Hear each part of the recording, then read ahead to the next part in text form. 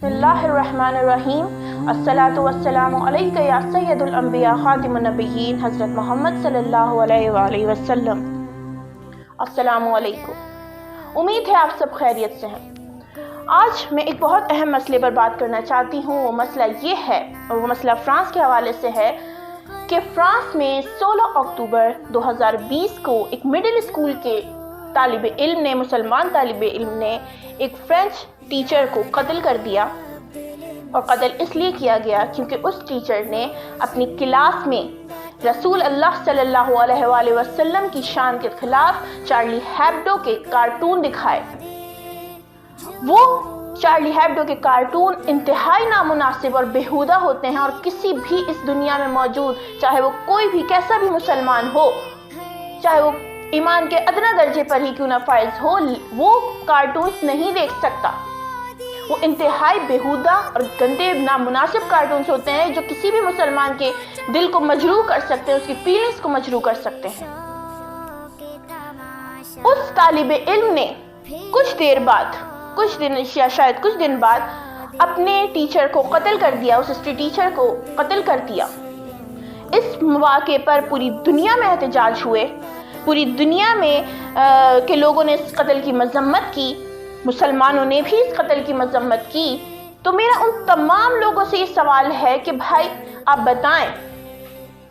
بتائیں کہ کیا ہزاروں سالوں سے ہسٹری کی تعلیم، کیا کسی بھی نبی کی تعلیم، کیا انسانی تاریخ انہی کارٹونز کے ذریعے دکھائی جا رہی ہے، انہی کارٹونز کے ذریعے پڑھائی جا رہی ہے؟ اگر وہ ٹیچر سیمویل اپنی کلاس میں کارٹونز نہیں دکھاتا، رسول اللہ کی ہسٹری پڑھاتے ہوئے ان چارلی ہیبڈو کے کارٹون نہیں دکھاتا، تو کیا ہو جاتا؟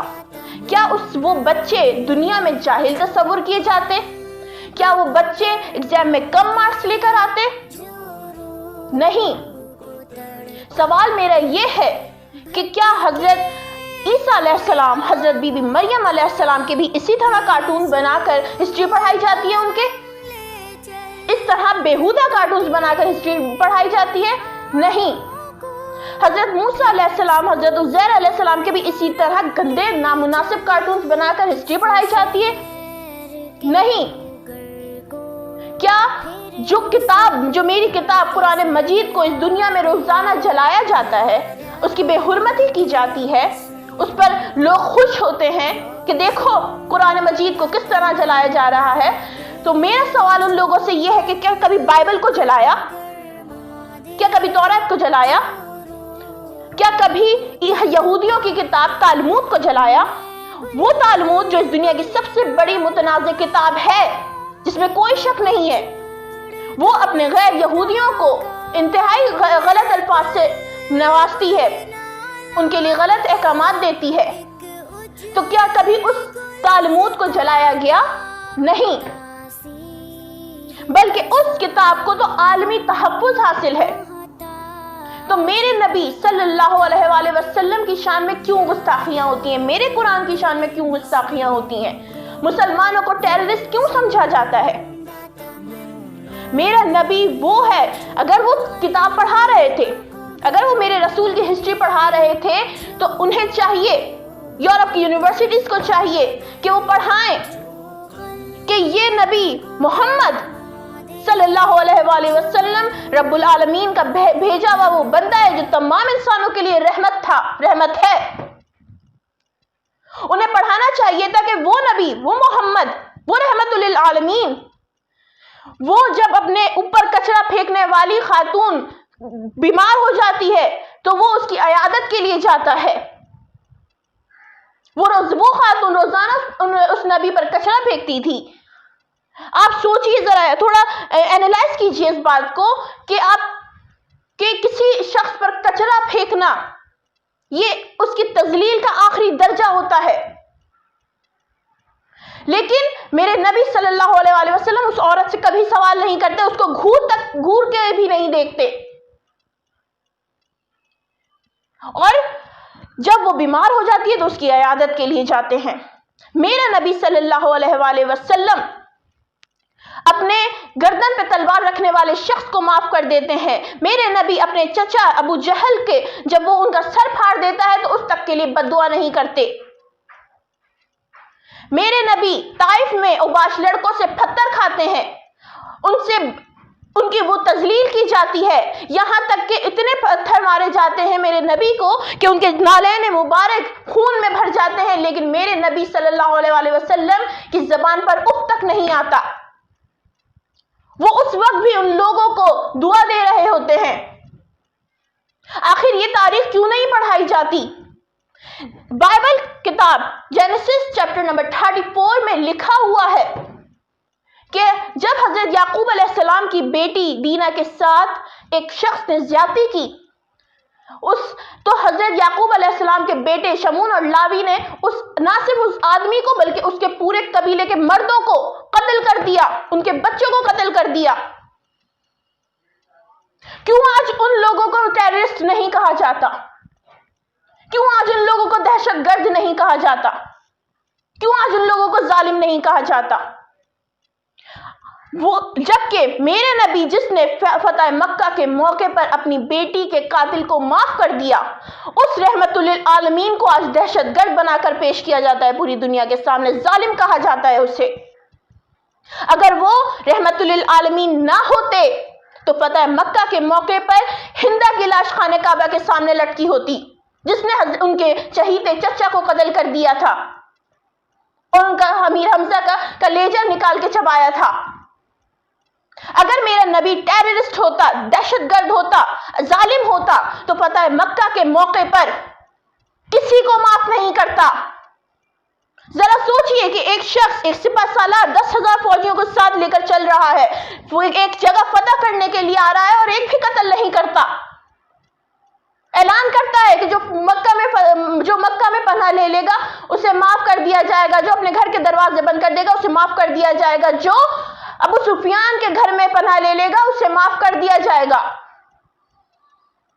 اور جب وہ خانہ کعبہ تک پہنچتے ہیں تو اعلان کرتے ہیں ان لوگوں کے لیے، ان قریش مکہ کے لیے جنہوں نے رسول صلی اللہ علیہ وسلم پر ظلم ڈھائے تھے، ان سے نفرت کرتے تھے، ان کے قتل کے در پہ تھے، ان کو اذیتیں پہنچائی تھی، ان کو تکلیفیں پہنچائی تھی، ان کے اصحاب پر ظلم کے پہاڑ توڑ دیے تھے، ان کی بیٹی کو قتل کر دیا تھا، ان کے شہیدوں کو قتل کر دیا تھا۔ وہ نبی اعلان کرتا ہے کہ میں آج تم سے وہی بات کہوں گا جو یوسف نے اپنے بھائیوں سے کہی تھی کہ آج تم پر کوئی ملامت نہیں، تم سب آزاد ہو۔ اس نبی سے دنیا کیوں خوف زدہ ہے؟ اس نبی کو کیوں ٹیررسٹ کہا جاتا ہے؟ اس نبی کو کیوں ظالم بنا کر پیش کیا جاتا ہے؟ تو میں آپ کو اس کا جواب دے دوں۔ وہ جواب یہ ہے کہ یہ 9/11 کے یہ اسلاموفوبیا 9/11 کی بات نہیں ہے، اس کے بعد پیدا نہیں ہوا، بلکہ یہ اسلاموفوبیا اس وقت پیدا ہوا جب اسلامی کتب کا انگریزی میں ترجمہ کیا جا رہا تھا۔ یہ اسلامی کتب کا جو انگریزی میں ترجمہ کیا جاتا تھا تو وہ اس میں بہت سی ترامیم بھی کی جاتی تھیں۔ بہت سی کتابیں آج یورپ کی یونیورسٹیز میں پڑھائی جا رہی ہیں جس کو اگر آپ پڑھیں تو ایک اچھا خاصا مسلمان بھی مسلمانوں کے بارے میں سوچنے لگ جائے گا، اسلام کے بارے میں سوچنے لگ جائے گا کہ یار کیسا مذہب ہے یہ۔ ان کتابوں میں 3 باتیں مشترکہ ہیں، ساری کتابیں آپ پڑھ کے دیکھ لیجئے، کچھ باتیں ان میں مشترکہ ہے، اور جو بھی شخص وہ کتابوں کا مطالعہ کرے گا اس کے ذہن میں مسلمانوں کی وہ امیج نکل کر آئے گی کہ مسلمان ایک خوفناک شکل والے لوگ ہوتے ہیں، جن کی داڑیاں ہوتی ہیں، جنہیں کپڑے پہننے کی تمیز نہیں ہوتی، جن کو بات کرنے کا سلیقہ نہیں ہوتا، ان کے ہاتھوں میں تلوار یا اسلحہ ہوتا ہے اور وہ ہر وقت مرنے لڑنے کے لیے تیار ہوتے ہیں، غیر مسلموں کی گردنیں کاٹنے کے لیے تیار رہتے ہیں۔ ان کتابوں کو پڑھنے کے بعد یہ تصور نکلتا ہے کہ مسلمانوں کے نزدیک گھوڑا اور اونٹ یہ ایک مقدس جانور ہیں جس کے بغیر مسلمانوں کی زندگی کا تصور نہیں کیا جا سکتا۔ ان کتابوں میں کو پڑھنے کے بعد یہ تصور اجاگر ہوتا ہے کہ مسلمان جو ہیں وہ بہت ساری لڑکیوں کو اپنے قبضے میں رکھتے ہیں، ان کی بیویاں ہوتی ہیں، ان کی کنیزیں ہوتی ہیں جو ایک آدمی کے تصرف میں ہوتی ہیں، اور وہ ان کا مالک ہوتا ہے، ان کا آقا ہوتا ہے۔ یہ تصور جب یہ تصور جب ایک طالب علم کے ذہن میں ابھرتا ہے تو وہ ڈر محسوس کرنے لگ جاتا ہے، وہ ڈر محسوس کرنے لگ جاتا ہے اسلام کے بارے میں، اسلام کے لیے، مسلمانوں کے لیے، اس نبی صلی اللہ علیہ وآلہ وسلم کے لیے۔ اور یہ 500 سال کی انتھک محنت کا نتیجہ ہے ان مصنفین اور مترجموں کی جنہوں نے اسلامی کتب کا انگلش میں ٹرانسلیشن کی۔ انہوں نے، ویسٹ نے، مغرب نے اسلاموفوبس تیار کیے، انہوں نے اسلاموفوبیا تیار کیا ہے تاکہ یہ دنیا مسلمانوں سے ڈرے اور مسلمان کبھی بھی دوبارہ طاقتور نہ ہو۔ اس کے بعد اب آ جائیے آپ اس فرانس کے معاملے کی طرف۔ میکرون صاحب اس دنیا میں سب سے بڑے اس وقت اسلاموفوبیا کے مریض ہیں، وہ نفسیاتی مریض ہو چکے ہیں، مسلمانوں کا خوف، اسلام کا خوف ان کی رگ رگ میں بیٹھ چکا ہے، جس کی وجہ سے وہ اوٹ پٹانگ حرکتیں آئے دن کرتے رہتے ہیں، آئے دن ان کے بیانات آتے رہتے ہیں۔ انہوں نے ریاستی بلڈنگ پر رسول اللہ کے خاکے لگائے جس سے دنیا کی 1.5 ارب مسلم آبادی کے جذبات مجروح کیے گئے۔ ہمیں دکھ ہے، ہمیں افسوس ہے، ہم کچھ نہیں کر سکتے اس وقت، ہم کچھ بھی نہیں کر سکتے، یہاں تک کہ ہم اپنے ملک سے فرانس کے سفیر کو بھی نہیں نکال سکے۔ وہ میکرون صاحب، میں آپ کو یہ بات بتاتی چلوں کہ اگر وہ میکرون صاحب چارلی ہیبڈو کے میگزین میں شائع ہونے والے رسول اللہ کی شان میں ہونے والی گستاخیوں کے کارٹون نہیں شائع کرنے کی اجازت دیتے یا اس پہ قدغن لگاتے، اس کو سٹاپ کرتے، تو آج وہ ہسٹری ٹیچر زندہ ہوتا، آج سے تین دن پہلے مارے جانے والے وہ 3 لوگ زندہ ہوتے، آج وہ شارلی ہیبڈو کے میگزین کے انتظامیہ کے وہ 12 لوگ زندہ ہوتے جنہیں قتل کر دیا گیا۔ تو یہ آل اوور اگر آپ اس کا جائزہ لیں تو ان تمام قتلوں کے ذمہ دار فرانس کی حکومت ہے جو یہ سب کچھ رسول اللہ کی شان میں گستاخیاں کرنے کی اجازت دے رہی ہے۔ اب کیا کرنا چاہیے ہم مسلمانوں کو؟ اب ہم ہاتھ پہ ہاتھ دھرے منتظر فردہ تو ہیں ہی، ہم کچھ بھی نہیں کر سکتے اس وقت، ہم کمزور ہیں، ہمارے پاس بے شک ایٹم بم ہے لیکن ہم کچھ نہیں کر سکتے، فرانس کا کچھ نہیں بگاڑ سکتے، ان کی حکومتوں کا کچھ نہیں بگاڑ سکتے۔ تو ہمیں یہ چاہیے کہ ہم سب مل کر دعا کریں اللہ پاک سے کہ یا رب العالمین، یہ صرف میرا نبی نہیں ہے، یہ مسلمانوں کا نبی نہیں ہے جس کی شان میں گستاخیاں ہو رہی ہیں، یہ تیرا محبوب ہے، تو عاشق ہے اس کا، تو اس پر دن اور رات درود و سلام بھیجتا رہتا ہے، تو اس کے لیے کچھ کیوں نہیں کر رہا؟ ہمیں دعا کرنی چاہیے۔ اور آپ دیکھیے گا کہ رب العالمین محمد صلی اللہ علیہ وسلم کا عاشق، اس کا محب، جب فرانس پر وہ عذاب نازل کرے گا جو اس کی تقدیر میں لکھا جا چکا ہے، تو یہ پوری دنیا حیران رہ جائے گی۔ فرانس اس دنیا کے اس صفحہ ہستی سے مٹا دیا جائے گا۔ اور یہ میں کوئی جذبات میں، غصے میں آ کر یہ بات نہیں کہہ رہی ہوں، میں آپ کو یہ خبر دے رہی ہوں آنے والے وقت کی کہ فرانس اس دنیا کے نقشے سے مٹ جائے گا، بے و بسکے میں ڈوب جائے گا، اس کی زمین پر سمندر آ جائے گا اور وہ باقی نہیں رہے گا، اور دنیا میں آنے والے انسانوں، قیامت تک کے انسانوں کے لیے وہ ایک عبرت کا نشان ہوگا، وہ خطہ، وہ سمندر، وہ عبرت کا نشان ہوگا کہ اگر تم نے کبھی بھی میرے رسول صلی اللہ علیہ وسلم کی شان میں گستاخی کی تو تم بھی اسی طرح ڈوب جاؤ گے۔ پھر ایک سوال پیدا ہوتا ہے جو لوگ مجھ سے کرتے ہیں کہ آخر ان لوگوں کا کیا قصور، ان فرانسیسی معصوم عوام کا کیا قصور جو اس عمل میں شریک نہیں ہے؟ تو میرا جواب یہ ہے کہ یہ سوال آپ مجھ سے نہیں، اللہ سے کریں۔ قوم عاد، قوم سمود، قوم لوط، قوم شعیب، ان سب کو برباد، تباہ و برباد کر دیا گیا اللہ نے، ان سب پر عذاب نازل کیے گئے، جبکہ یہ پوری قومیں گنہگار نہیں تھیں، یہ پوری قومیں خراب نہیں تھیں، ان کے صرف چند لوگ خراب تھے جو اقلام بازی کرتے تھے، جو کم تولتے تھے، وہ چند لوگ تھے جنہوں نے حضرت صالح علیہ السلام کی اونٹنی کے پیر کاٹے تھے۔ لیکن عذاب کس پر آیا؟ پوری قوم پر آیا، پوری بستیوں کو الٹ دیا گیا۔ تو یہ سوال آپ اللہ سے کریں، یہ اللہ کا اصول ہے، میں اس کا آپ کو جواب نہیں دے سکتی کہ فرانس کے وہ معصوم لوگ کیوں مارے جائیں گے، کیوں قتل کیے جائیں گے، وہ بچے کیوں ڈوب جائیں گے۔ جو اس عمل میں شریک نہیں ہے۔ یہ اللہ کا اصول ہے۔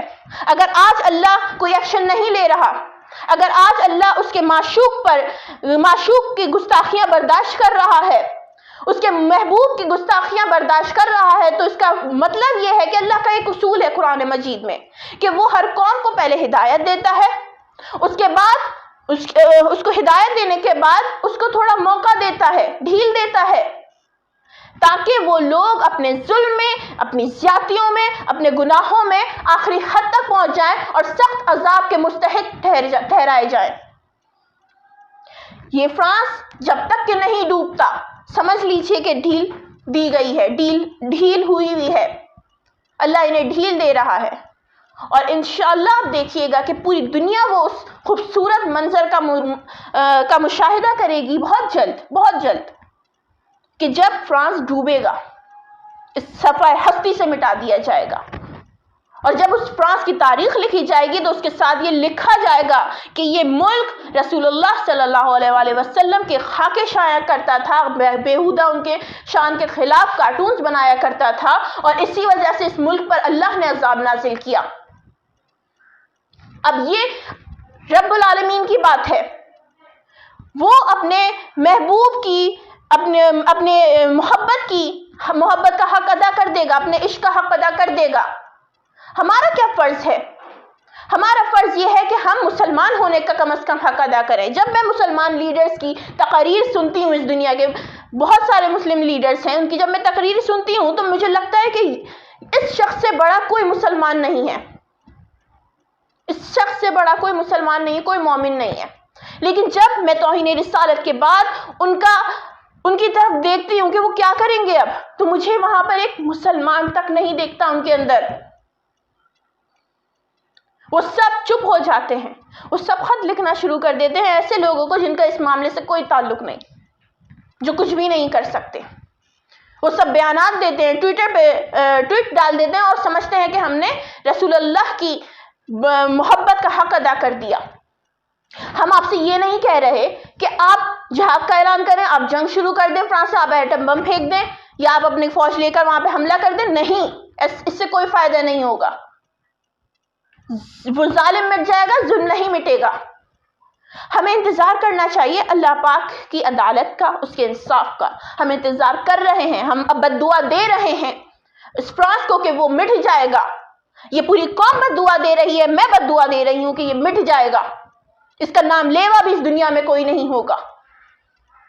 لیکن ہمیں کم از کم احتجاج تو کرنا چاہیے، ہمیں کم از کم جہاد کے آخری درجے کا تو مظاہرہ کرنا چاہیے۔ ہمیں اس کا سفیر پاکستان سے نکالنا چاہیے، ہمیں اس کی ایمبیسیز یہاں پہ بند کرنی چاہیے، ہمیں ان تمام ملکوں کی ایمبیسی بند کرنی چاہیے جنہوں نے ماضی میں رسول اللہ کی شان میں گستاخیاں کی۔ آخر وہ کیا کر رہے ہیں ہمارے لیے؟ ہم کیوں ان کی بات سن رہے ہیں؟ ہم کیوں ان کو آج بھی اپنے ملک میں جگہ دیے ہوئے ہیں، پناہ دیے ہوئے ہیں؟ یہ سوالیہ نشان ہے ہماری مسلم غیرت کا، ہماری حمیت پر، کہ آج بھی وہ سفیر اس ملک میں موجود ہے۔ ہم جانتے ہیں کہ اس سے کوئی فائدہ نہیں ہونے والا، فرانس کی مصنوعات کے بائیکاٹ کرنے کا کوئی فائدہ نہیں ہونے والا، وہ بہت بڑی معیشت ہے، ہم اس کے سفیر نکالنے کا کوئی فائدہ نہیں ہونے والا، لیکن کم از کم ہم رسول اللہ صلی اللہ علیہ وآلہ وسلم کو یہ جواب دے سکیں گے کہ یا رسول اللہ، جب ہم ان کے سامنے قیامت کے روز پیش کیے جائیں گے کہ یا رسول اللہ، ہم کمزور تھے، ہم بے بس تھے، مجبور تھے، لیکن کم از کم ہم نے چھوٹا سا یہ اس ظلم کے خلاف کچھ تو ہم نے کہا، کچھ تو ہم نے کیا۔ ہم خط پر آ کر نہیں رک گئے، ہم ایک ٹویٹ ڈال کرنے کے بعد نہیں رکے تھے، ہم نے یہ عمل سے ثابت کیا کہ ہم آپ سے محبت کرتے ہیں، اور دنیا کو پیغام جاننا چاہیے کہ ہم رسول اللہ کی شان میں گستاخی کرنے والوں، توہین رسالت کرنے والوں، قرآن کی شان میں گستاخی کرنے والوں کے بالکل برداشت نہیں کر سکتے، ہم ان کے ساتھ کوئی تعلقات نہیں رکھ سکتے۔ آخر میں بس میں یہ دعا کرنا چاہوں گی کہ یا رب دل مسلم کو وہ زندہ تمنا دے جو قلب کو گرما دے، جو روح کو تڑپا دے۔ پاکستان زندہ باد۔